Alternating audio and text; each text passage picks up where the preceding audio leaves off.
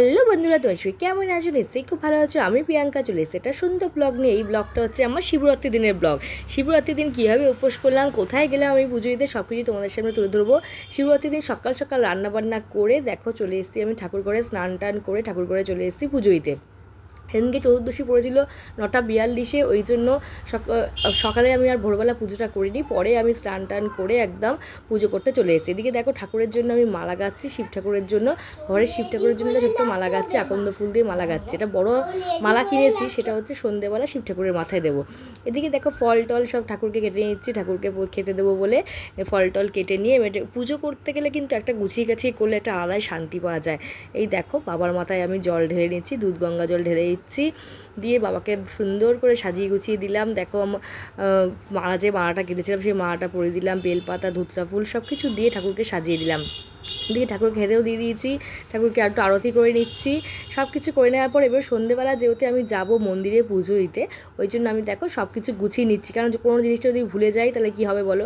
এদিকে সন্ধ্যেবেলায় দেখো যেহেতু চতুর্দশী পড়ে গেছিলো, সন্ধ্যেবেলা আমি যেহেতু পুরো দিনই উপোস করেছিলাম, সারাদিন উপোস করেছিলাম, ওই জন্য ঠাকুরের মাথায় আবার জল ঢেলে নিলাম। দেখো বন্ধুরা, এবার যাচ্ছি হচ্ছে শিব মন্দিরে জল ঢালতে। এই যে ছেলে আর এই যে আমার বড় যাবে, আমরা একসাথেই যাবো। ছেলে আর আমার বর যাবে এই যে মন্দিরে, মা তো নেই বাড়িতে, ওই জন্য ওরা বললো, বাবা বললো চলো আমিও যাই তোমার সাথে, ওই জন্য চলো যাচ্ছি। এই যে আমার বর ছেলে, এই যে আমি, এই যে দেখো যাচ্ছি, আমরা সব গুছি গাছি নিয়ে এবার মন্দিরের উদ্দেশ্যে আমরা সন্ধেবেলায় দেখো যাচ্ছি। আমি প্রতিবারই সন্ধেবেলায় জল ঢালি। এই দেখো মন্দিরে চলে এসেছি, দেখো মন্দিরে তোমাদেরকে ঘুরে দেখাই। আমি প্রতিবারই সন্ধেবেলায় জল ঢালি, সারাদিন উপোস করে সন্ধেবেলা জল দিই।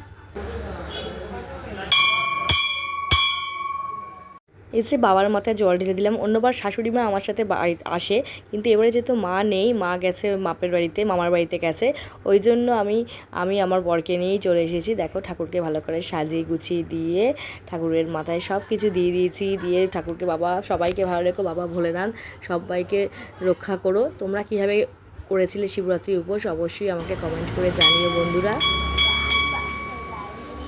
এদিকে দেখো, এদিকে আমার ছেলেকে দেখো মা করছে, ছেলেও গেছিলো আমার সাথে, ছেলে ওখানে বসে বসে দেখছিল মা কী করে পুজো দিচ্ছে। তাই এইভাবেই আমি এই শিবরাত্রির উপোস পালন করলাম বন্ধুরা। এই দেখো পুজো দিয়ে চলে এসেছি বন্ধুরা। এবার এই যে ফল খাবো এখন। আর এই দেখো এখানে সাবু ভিজিয়ে রেখেছি, এখানে মিষ্টি ফল সব খাবো, সাবু ভিজিয়ে রেখেছি এখানে। এই দেখো এটা রাতে খাবো, আর এখন একটু মিষ্টি ফল খেয়ে নিই, পুজো দিয়ে এসেছি, দিয়ে একটা জল খেয়ে নেবো।